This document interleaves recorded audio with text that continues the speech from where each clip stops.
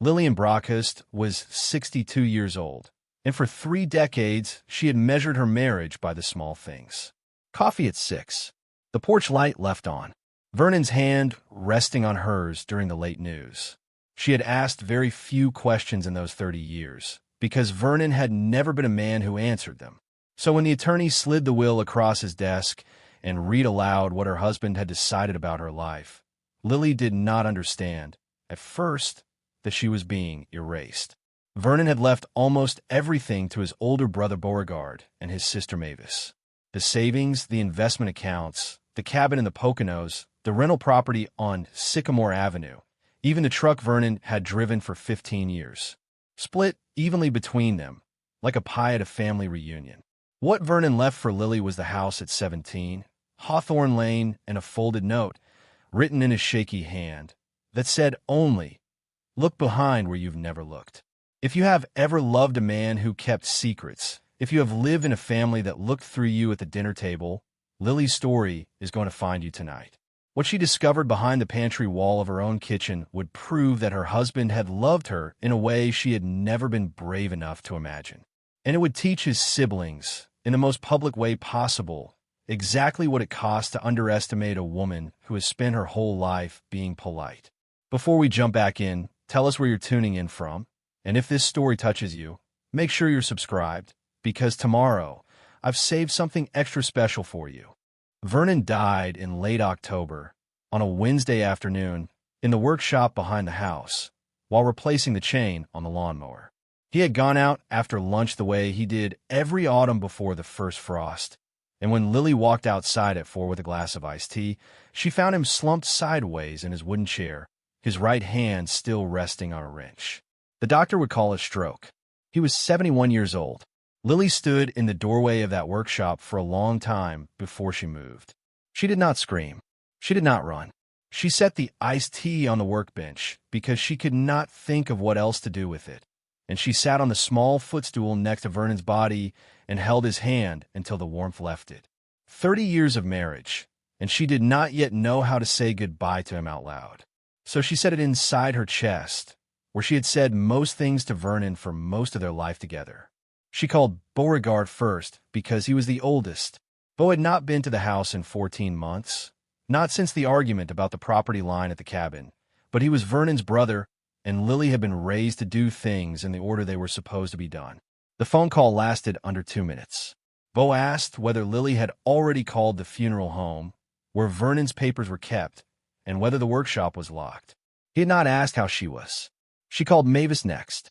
Vernon's younger sister listened in silence for what felt like a long time, and then she said, "Well, that's that, isn't it?" She said it the way a person closes a ledger. She told Lily she would drive in from Erie the next morning with Tucker, and she would handle the arrangements. Lily did not have the energy left in her to point out that she was perfectly capable of handling her own husband's funeral. By the time Beau and Glynis arrived the next afternoon, the funeral home had already been chosen, the obituary had already been drafted, and a service had been scheduled at the Presbyterian Church on Maple Avenue for the following Sunday.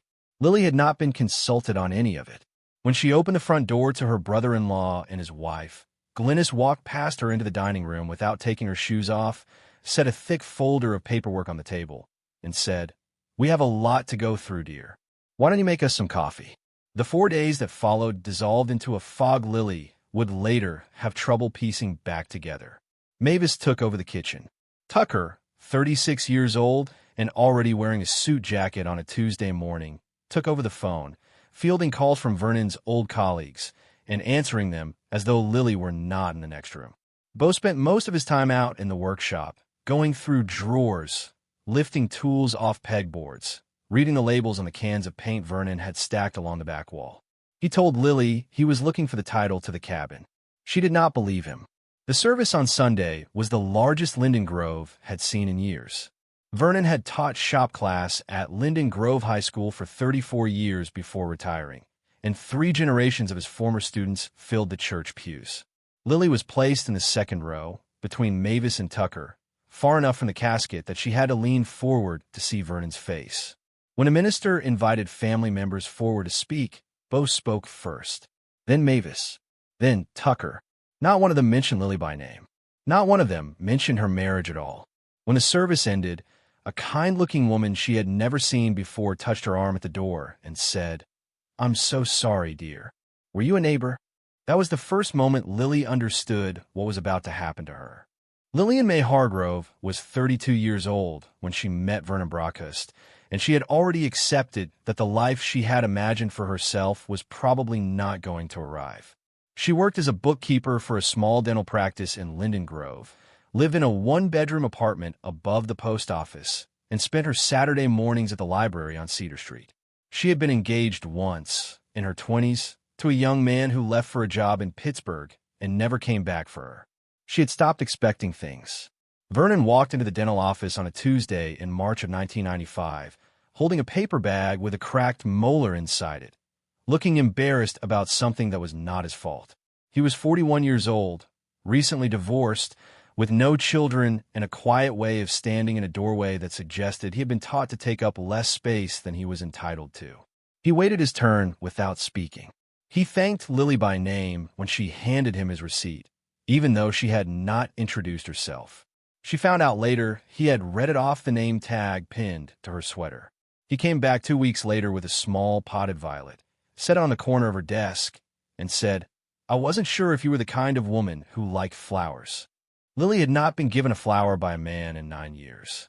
She said yes to dinner before he asked. They were married 14 months later at the Presbyterian Church on Maple Avenue, in a ceremony so small that Vernon's brother Beauregard refused to attend on the grounds that it was an insult to their late mother, who would have wanted something proper.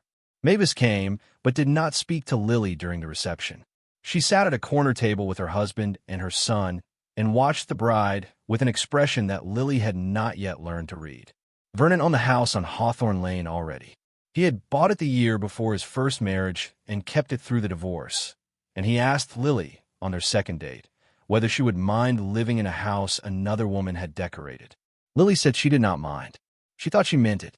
In the weeks before the wedding, she repainted every room herself, the walls going from beige to soft yellow, from yellow to pale blue, from blue back to a warmer cream, until it felt as though the house had agreed to become hers. Vernon worked at the high school. He left at 7 and came home at 4. He coached the woodshop club on Wednesday afternoons and stayed late on Thursdays to grade. On Saturdays, he disappeared into the workshop behind the house for hours at a time. And on Sundays, he read the newspaper from front to back and watched whatever football game was on the television. He was not a romantic man. He did not bring her flowers after the first violet, but he remembered her mother's birthday for 28 years in a row, and he never once forgot the anniversary of the day they had met, which he counted from the morning of the cracked molar. What he did not do was talk about his family. Beau and Glynis lived an hour north in a town called Crestmont, in a house that had belonged to Vernon and Beau's parents, and they had not invited Lily to a holiday meal a single time in 30 years. Mavis lived in Erie with her husband and their son Tucker, and the only time Lily saw her in person was at funerals or at the occasional reunion Vernon attended alone. Once, early in the marriage, Lily had asked her husband what she had done to offend them. Vernon had been sitting at the kitchen table with a cup of coffee, and he set it down slowly and looked at her for a long time before he answered. "You haven't done anything, Lily. They're like this with everyone. They were like this with my first wife. They were like this with our mother's second husband. It's not you." He paused. "Please don't take it personally." She did take it personally. For 30 years, she took it personally. She invited them for Easter every spring and was told they had other commitments. She sent Christmas cards every December and never received one back. When Mavis's husband died of cancer in 2009, Lily drove to Erie with a casserole and a sympathy card, and Mavis took the casserole at the front door and did not invite her inside. When Tucker graduated from law school in 2014, Lily sewed him a wool scarf in his school colors and mailed it with a handwritten note. The scarf was never acknowledged, and Vernon, watching all of it, said almost nothing. He did not defend her, not out loud. He did not call his brother and tell him to behave. He did not stop attending the family events Lily was excluded from. He went without her every time, and he came home quieter than he had left, and he kissed the top of her head before he hung his coat on the hook by the door. For 30 years, Lily told herself that the kiss was an apology, and that an apology was almost the same as standing up for her. It was not. She knew it was not. But she had loved him anyway, the way a woman loves a man who is most of what she had hoped for. Marshall Drury's office sat above the hardware store on Main Street, in a narrow second-floor walk-up with frosted glass on the door and a brass nameplate that had been polished so many times the engraving had gone soft. Vernon had used Marshall for 31 years. He had drawn up the deed to the cabin with him, and the title transfer on the truck, and the small life insurance policy he kept on himself. Lily had met Marshall maybe 4 times in her life, always briefly, always at the edge of some errand Vernon was running. She had liked him. He was a thin, careful man in his late 60s who wore the same gray sweater vest in every season. The reading was scheduled for the Tuesday after the funeral at 10 in the morning. Lily wore a navy dress she had owned for 9 years and a pair of black flats. She arrived 8 minutes early, sat in the small waiting room, and watched the clock on the wall while Marshall's secretary typed at a desk in the corner. Bo and Glynis arrived at 5 minutes to 10 in a new black sedan Lily had not seen before. Mavis and Tucker came in behind them, Tucker carrying a leather portfolio under his arm, looking like a man who had already won an argument that had not yet begun. They greeted Lily with the careful, papery politeness of people who had already decided what was going to happen. Bo called her Lillian. Glynis told her she looked tired. Mavis said nothing at all. Tucker shook her hand with the firm grip of a young attorney who had been coached by someone on what to do at moments like this. Marshall opened the door to his office and invited them in. 5 chairs had been arranged around the conference table, and the siblings took the 3 on one side without being asked. Lily sat alone on the other side. Marshall sat at the head of the table, opened a thin manila folder, and looked at Lily for a long moment before he began. There was something in his face she would think about later. A kind of warning, maybe, or an apology he had not yet been given permission to make. He read the standard language first. The date of the will, the witnesses, the confirmation that Vernon Eugene Brockhurst, of 17, Hawthorne Lane, Linden Grove, Pennsylvania, had been of sound mind and body on the date of signing, which had been the 11th of April, 3 years earlier. Lily noted that date and filed it somewhere in her mind to look at later. Vernon had been to see Marshall in April 3 years ago. He had not told her. The estate of Vernon Brockhurst, Marshall read, is valued at approximately $1,400,000. This includes the property at 17, Hawthorne Lane in Linden Grove, the cabin and 12 acres at Lake Wallenpaupack in Monroe County, the rental property at 408 Sycamore Avenue, investment and retirement accounts totaling approximately $620,000, and personal property including the 2009 Ford F-150 pickup truck. Bo was already smiling. He was not trying to hide it. The cabin at Lake Wallenpaupack, valued at approximately $380,000, is left in full to Beauregard James Brockhurst, brother of the decedent. Bo made a small sound in his throat. Glynis squeezed his arm. The rental property at 408 Sycamore Avenue, valued at approximately $220,000, is also left in full to Beauregard James Brockhurst. Lily felt the room begin to tilt very slightly to the left. The investment and retirement accounts, totaling approximately $620,000, are to be divided as follows: 50% to Beauregard James Brockhurst and 50% to Mavis Eleanor Brockhurst Selby, sister of the decedent. Mavis exhaled and closed her eyes. Tucker leaned forward in his chair. The 2009 Ford F-150 pickup truck is left to Tucker Brockhurst Selby, nephew of the decedent. There was a silence in the room that Lily could feel against her skin. Marshall did not look up. He turned the page of the document in front of him with a steadiness that suggested he had been preparing himself for this moment for 3 years. As to my wife, Lillian May Brockhurst, Marshall read, and his voice grew softer, I leave the property at 17, Hawthorne Lane, Linden Grove, Pennsylvania, along with all contents contained therein. I leave my wife no portion of the financial accounts or other real property, as I believe she has been provided for during the course of our marriage, and as I believe my primary obligation is to the family of my birth. The words landed somewhere below Lily's ribs and stayed there. Marshall, she said. Her voice came out very small. I'm sorry. Could you read that last part again?" He did. He read it again, slowly, and the second time the words sounded even worse than they had the first time, because now Lily understood them. Vernon had given her a house. The house she had already lived in for 30 years. The house his siblings could not have wanted anyway, because Beau had inherited the family home in Crestmont and Mavis had her own place in Erie. He had given her the one thing his family had no use for, and he had given them everything else. Beau was already standing up. He was reaching for his coat. He looked, for a moment, directly at Lily, and what she saw in his face was not triumph. It was something worse than triumph. It was the small, satisfied calm of a man whose long, quiet bet had finally paid out. Marshall walked Lily out himself. He did not say much in the hallway, only that there was a sealed envelope he was required to hand to her personally, and that he would prefer to do it the next morning at the house rather than there in the office. Lily nodded.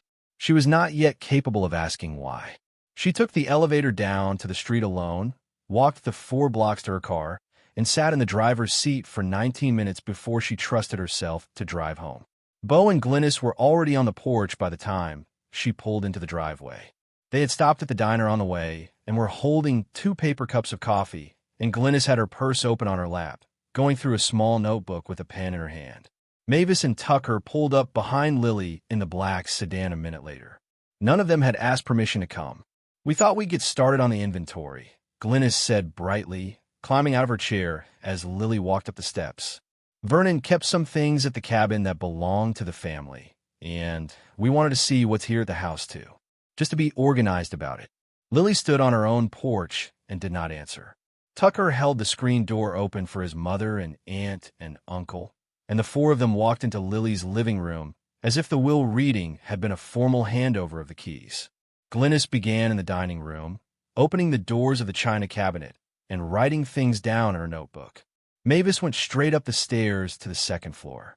Beau headed for the workshop in the backyard, and Tucker took out his phone and began photographing the contents of the den.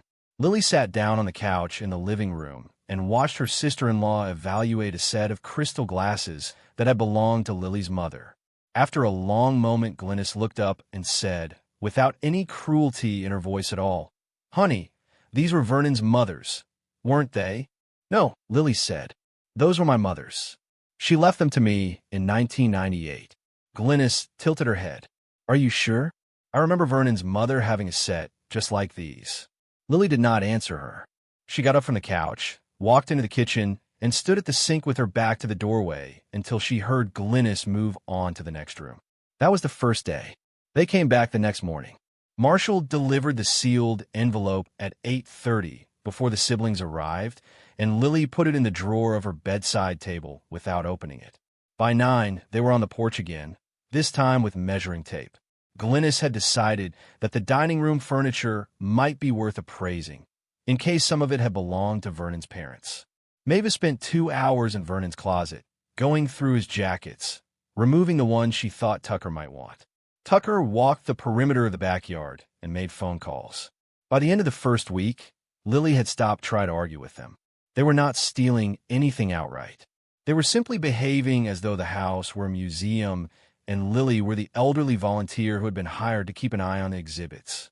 She heard Glynis on the phone in the kitchen one afternoon, telling someone, well, the situation with Vernon's widow is delicate. She's going to need to think about what kind of arrangements are appropriate at her age. Lily was standing 6 feet away, drying a coffee cup with a dish towel. Glynis did not lower her voice. The nights were worse. Lily would lie awake in the bed she had shared with Vernon for 30 years and try to understand what had happened to her life. She was 62 years old. She had no retirement of her own. She had stopped working at the dental office in 2011, when Vernon's salary had been enough for both of them, and she had not built up a pension of any kind. The house was paid off, which was something, but the property taxes alone were over $6,000 a year. The heating bill in the winter could run $400 a month. She did not know how she was going to pay any of it. She thought about selling the house. She thought about renting a room somewhere smaller. She thought about Vernon and what he had been thinking when he sat in Marshall's office 3 years earlier and signed those papers. She thought about it until her chest hurt, and then she got up at 4 in the morning and made a pot of coffee and, sat at the kitchen table watching the dark window above the sink. On the 11th day, she overheard Tucker on the porch saying something to his mother that she would not be able to stop hearing for weeks afterward. "She's not going to be able to keep this place, Mom. 6 months, maybe. Then it goes on the market, and we get our share of the proceeds anyway." Uncle Vernon basically gave us the house. He just gave it to her first so it wouldn't look bad. Mavis laughed, soft and short. "Don't say that out loud." Tucker did not lower his voice either. That night, Lily took the sealed envelope out of the drawer. The envelope was thick cream stationery, the same kind Vernon had used for the note Marshall had read aloud at the office. It was sealed with a small drop of wax that Vernon had pressed his thumbprint into while it was still warm. Lily ran her finger over the print for a moment before she broke it. The handwriting inside was Vernon's, but it was steadier than the note in the will had been, which meant it had been written earlier. Possibly years earlier. "Lily," it began, "if Marshall has given you this, then the worst part is already over. I'm asking you to do something now that will probably feel strange, and I'm asking you to trust me one more time. Go to the pantry. Move everything off the bottom shelf on the right side, the one closest to the back wall. Push on the lower left corner of the shelf board, hard with your thumb. You will feel a give. The rest will explain itself. I'm sorry I could not say any of this while I was still here. I was a coward, and you deserve better. But I have spent 30 years trying to make sure that when this day came, you would not have to be afraid. Vernon." Lily read the letter 3 times. Then she got up from the bed, walked down the hallway in her bathrobe, and stood in the doorway of the pantry with her hand on the light switch for almost a full minute before she turned it on. The pantry was small, a narrow closet, really, with 4 shelves on each side and a single bulb overhead. The bottom shelf on the right held a heavy wooden crate Vernon had built years ago to store his canning jars, plus a stack of paper grocery bags, an old enamel mixing bowl, and a cardboard box of cleaning rags. Lily took everything off the shelf and set it on the kitchen floor behind her. She got down on her knees on the linoleum. She put her thumb against the lower left corner of the shelf board and pushed. The board gave. A panel about the size of a cereal box dropped inward, then slid sideways behind the back wall of the pantry on a hidden track. Behind it was a darker space, maybe 18 inches deep, and set into the back of that space was a small steel door, painted the same off-white as the pantry walls, with a recessed combination dial flush against its surface.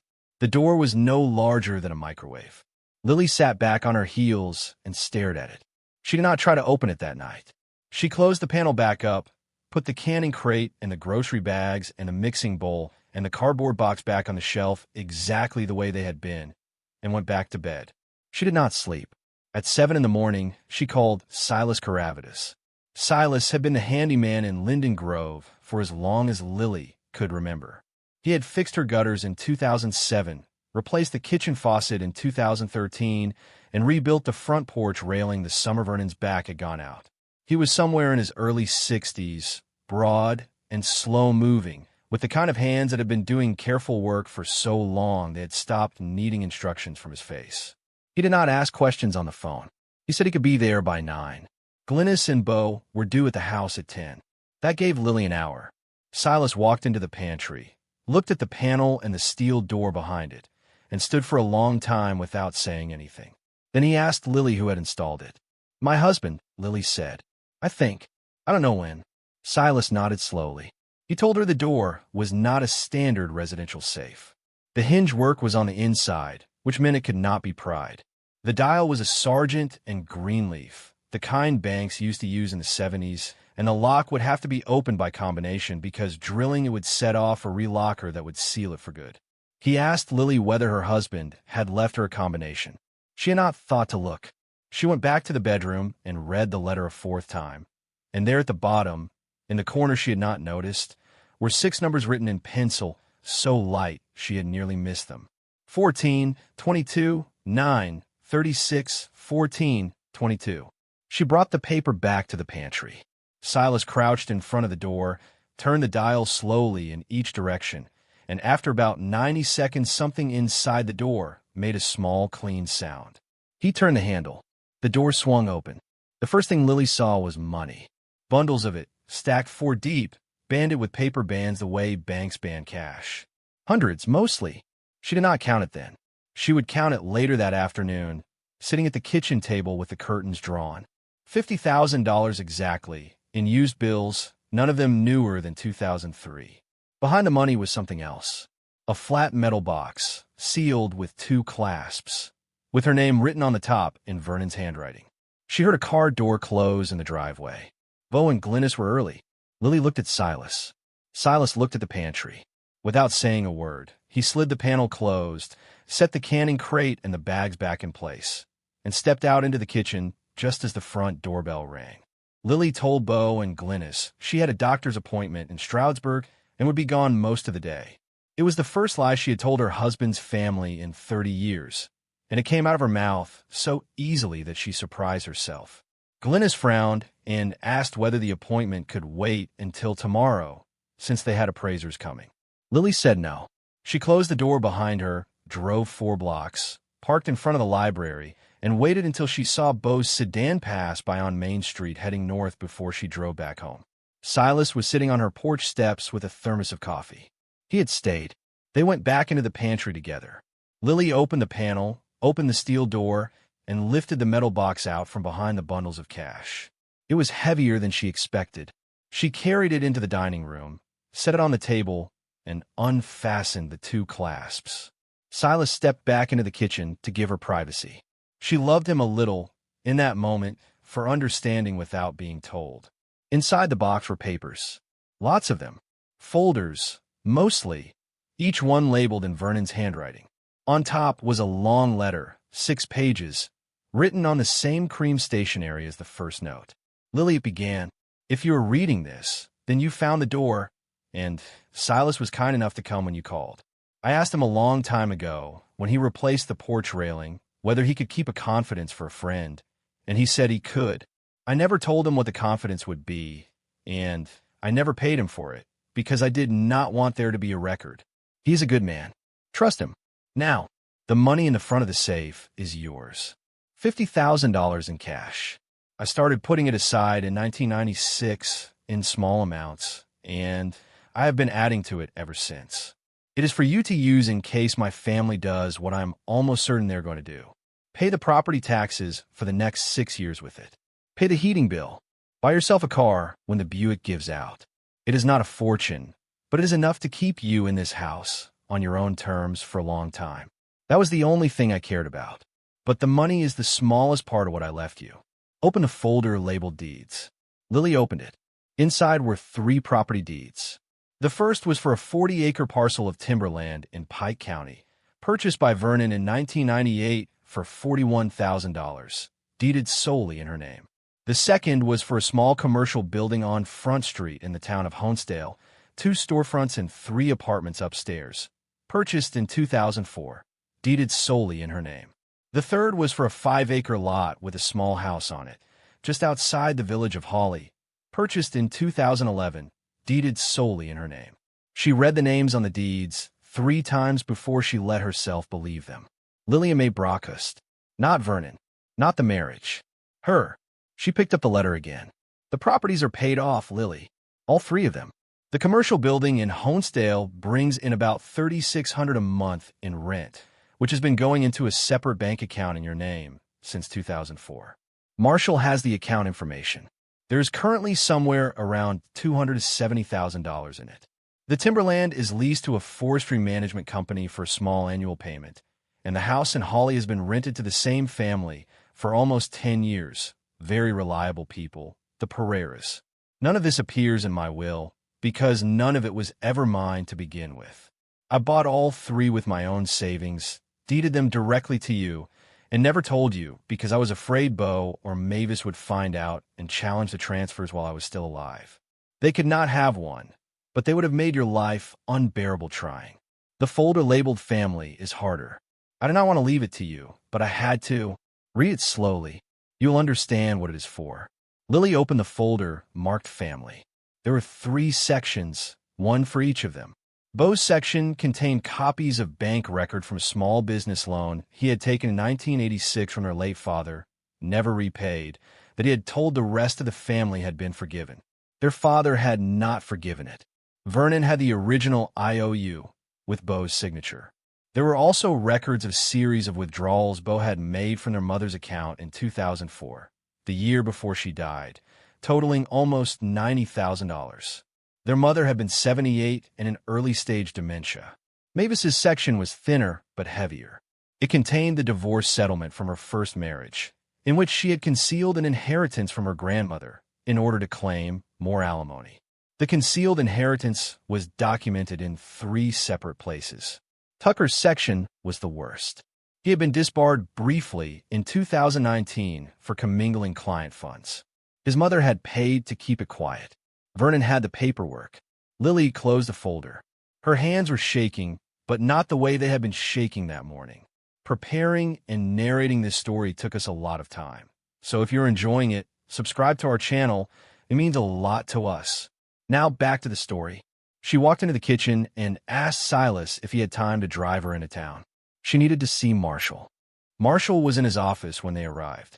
He looked up from his desk, saw Lily standing in his doorway with a metal box under her arm, and the careful expression on his face softened into something close to relief. "You found it," he said. "You knew.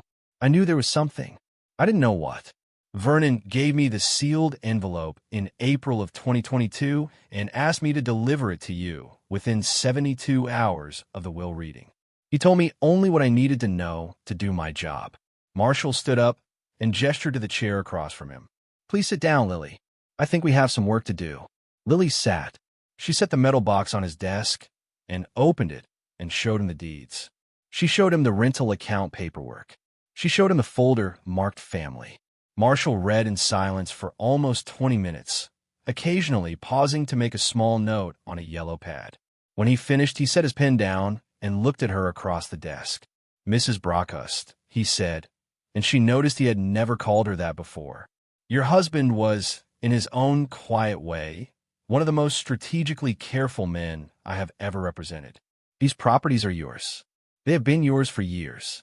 There is no challenge his siblings can mount that has any chance of succeeding. The deeds were filed properly. The funds were drawn from accounts that were always solely in his name before transfer, and the rental income has been reported on your individual tax filings every year, which you signed without realizing what you were signing." Vernon was preparing for this for a very long time. Lily thought about all the spring afternoons Vernon had asked her to sign something at the kitchen table, telling her it was just the joint return, just routine. She had signed without reading. She had always signed without reading. "What do I do about Beau and Mavis?" she said. Marshall looked at the folder marked family. He looked at it for a long time. "That depends on what you want. I want them out of my house. Then we're going to have a conversation with them. Tomorrow morning. Here." Marshall made the calls himself. He told Beauregard Brockhurst that there was a matter regarding the estate that required all 3 siblings to be present at his office at 10 o'clock the next morning, and that their presence was not optional. He told Mavis the same. He did not mention Lily. She did not sleep that night, but it was a different kind of not sleeping than it had been. She sat at the kitchen table with the metal box in front of her and went through every folder again, more slowly this time. She made a list of things she wanted. The list was very short. Beau and Glynis arrived at the office at 9:50. Mavis and Tucker came in 5 minutes later. They sat down on the same side of the conference table they had used the week before, and Tucker opened his leather portfolio and laid out a stack of paperwork he had clearly spent the night preparing. He began to speak before Marshall had even closed the door. "We're prepared to offer Lillian a one-time payment of $40,000 in exchange for an agreement to sell the Hawthorne Lane property and divide the proceeds equitably. We feel this represents a generous resolution given the circumstances." Marshall did not respond. He sat down at the head of the table, opened a folder, and slid a single sheet of paper across to Tucker. "Your aunt does not require your offer," Marshall said. "Your aunt is the legal owner of 3 properties in Pike, Wayne, and Wayne counties, plus a bank account containing approximately $270,000, plus the house at 17 Hawthorne Lane, all separate from your uncle's estate. The total value of her independently held assets exceeds $900,000. She does not need $40,000 from you. She does not need anything from you." Beau opened his mouth and closed it. Glynis put a hand on his arm. Tucker recovered first. He always did. We'll need to see documentation of these alleged separate properties. There's no record of. There is record. The deeds were filed properly and the transfers are clean. My office has copies. So does Mrs. Brockhurst's accountant in Stroudsburg, whom Vernon retained on her behalf in 2004 without informing her. The room had gone very still. Mavis was looking at Lily for the first time in years, not with hostility, but with a kind of frantic recalculation, as though she were trying to remember every conversation she had ever had about her sister-in-law and revise it in real time. Marshall reached for the second folder and set it on the table between them. The folder marked family. Mrs. Brockhurst has authorized me to inform you of the following. She has no interest in pursuing legal action against any of you. She has no interest in publicity. She has no interest in causing harm to your reputations or your livelihoods. What she has, however, is documentation. Of the loan, Mr. Brockhurst. Of the withdrawals from your mother's account in 2004. Of the concealed inheritance, Mrs. Selby. Of your son's professional matters in 2019. Beau's face had gone the color of paper. She is prepared to keep all of this private, Marshall said, in perpetuity, on one condition. The condition was simple. They were to walk out of Marshall's office that morning, and they were never to set foot on Hawthorne Lane again. They were not to call her. They were not to write to her. They were not to speak about her to anyone in Linden Grove or in any town within 50 miles of it. They were to accept the estate Vernon had left them, with gratitude or without it, and they were to live the rest of their lives as if Lillian May Brockhurst had stopped existing on the afternoon her husband died. If they violated any part of this arrangement, Marshall would release the folder marked family to 3 specific people, whose names he read aloud, while Tucker took notes with a hand that was no longer steady. A reporter at the Erie Times-News who had been writing about elder financial abuse. The chair of the Pennsylvania Disciplinary Board. A second cousin of Vernon's in Crestmont who had been waiting 40 years to have a reason to stop speaking to Beau. Beau signed the agreement. Mavis signed it. Tucker signed it last, with his jaw set, looking at the table. They left without saying goodbye to her. Lily had thought she might feel something when they walked out of the office. Triumph, maybe, or relief, or even pity. She felt none of those things. She felt the way she had felt the morning she found Vernon in the workshop, when she had sat on the footstool next to his body and said goodbye inside her chest. She felt like a woman who had been carrying a weight for so long that she had forgotten she was carrying it, and was only now beginning to notice the absence of it in her shoulders. She drove home from Marshall's office and walked into the kitchen and stood in the doorway of the pantry for a long time. Then she made a pot of coffee and called Pearl Lindquist next door and asked her to come over. Pearl had lived in the house across the street since 1989. She had brought Lily a casserole the day after Vernon died and had been quietly checking on her ever since, in the small ways neighbors check on each other when they have known one another for 30 years and never been close enough to say so out loud. Pearl came over in her gardening clogs. Lily told her everything. About the safe, about the deeds, about Bowen Glynis, about the folder. Pearl listened without interrupting, and when Lily was finished, Pearl said, "Well, he loved you, didn't he?" In his sideways way. Lily started to cry then, for the first time since Vernon had died. She cried for almost an hour. Pearl sat with her at the kitchen table and did not try to make any of it better. The months that followed were quiet. Lily paid the property taxes out of the cash from the pantry because she liked the symmetry of it, and she opened the bank account Marshall had been managing and learned how to manage it herself. She drove out to Honesdale in November and met the tenants in the commercial building and the apartments upstairs. They were kind. One of them, a woman named Delilah Marchetti, who ran a small second-hand bookshop on the ground floor, made Lily a cup of tea and asked her, very directly, what she planned to do with the building now that she owned it outright. Lily had not known the answer at the time. She thought about it for weeks afterward. By March, she had decided. The upstairs apartments were generating more income than she needed, and the bookshop was barely breaking even. Lily offered Delilah a long-term lease at a reduced rate, on the condition that the back room of the shop, which had been used for storage, be converted into a small reading space for women over 50. No programming, no formal structure. Just a quiet room with comfortable chairs and a coffee maker and books, where women who were tired could sit and not be expected to perform anything. Delilah agreed before Lily had finished explaining it. The room opened in May. Lily sat in it on the first afternoon and watched 4 women come in over the course of 3 hours, none of whom she had ever met before, all of whom sat down and stayed longer than they had probably planned to. One of them, a retired schoolteacher from Hawley, came back the next week and brought a friend. Lily kept the house on Hawthorne Lane.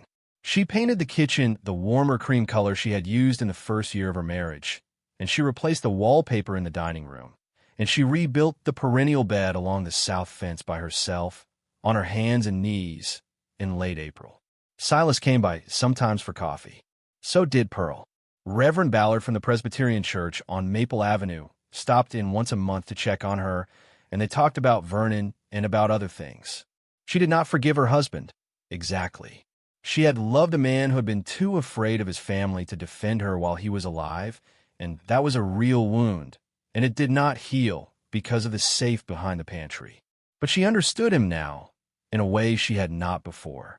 He had been a coward in the daylight and a careful, patient man in the dark. And the dark version of him had spent 30 years making sure she would be all right. Lily was 62 years old. She had spent 30 years being quiet. She had a lot of life left, and she planned to use it. Up next, you've got 2 more standout stories right on your screen. If this one hit the mark, you won't want to pass these up. Just click and check them out. And don't forget to subscribe and turn on the notification bell so you don't miss any upload from us.